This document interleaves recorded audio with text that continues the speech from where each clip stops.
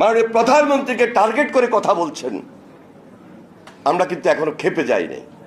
তোমাদের এলাকা জামাই আপনাদের দলের মধ্যে শুধু একজনের নামে বলবো,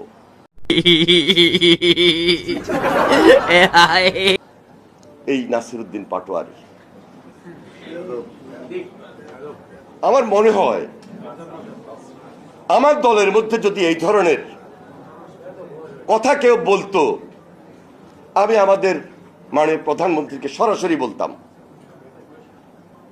আমি আমাদের পার্টির চেয়ারম্যান জনাব তারেক রহমানকে সরাসরি বলতাম যে এটা আমাদের ইমেজ ক্ষুণ্ণ হচ্ছে, এটা আমাদের ভাবমূর্তি ক্ষুণ্ণ হচ্ছে।